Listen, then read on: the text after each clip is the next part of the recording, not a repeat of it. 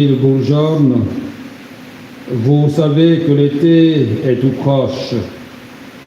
Demain vous aussi, lorsque vous verrez arriver cela, sachez que le royaume de Dieu est proche. Amen. Je vous le dis, cette génération ne passera pas sans que tout cela n'arrive. Le ciel et la terre passeront, mes paroles ne passeront pas.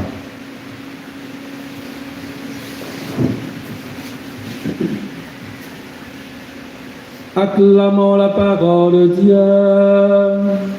Louange à toi, Seigneur Jésus.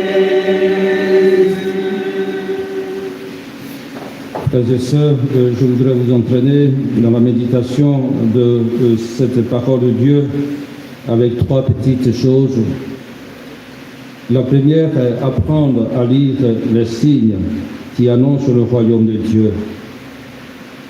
Les signes qui éclairent, non qui effraient. Jésus ne cherche pas à effrayer. Les événements, même ceux qui semblent troublants, ne sont pas de fin en soi. Ils ouvrent à quelque chose de plus grand. Dieu agit dans le temps et celui qui regarde avec foi peut voir et percevoir les beaux gens du royaume. La deuxième réflexion, c'est sur le royaume lui-même. Est-il futur ou présent? Généralement, quand on nous demande de nous préparer, nous passons au futur. Nous pensons que c'est demain. Non, le Seigneur dit que c'est maintenant. Le royaume est proche. Le royaume n'est pas futur. Il commence maintenant dans la présence de notre vie, elle est dit dans l'aujourd'hui. L'être présent que nous sommes, ces heures où nous vivons maintenant, cette messe que nous célébrons, nous sommes en train de vivre le royaume des cieux. Et ce royaume qui se vit maintenant éclore dans les gestes de conversion les signes d'une vie nouvelle.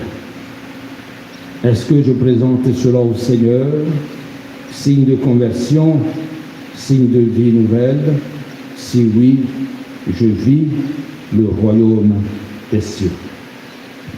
Une troisième chose, la parole ne passera jamais.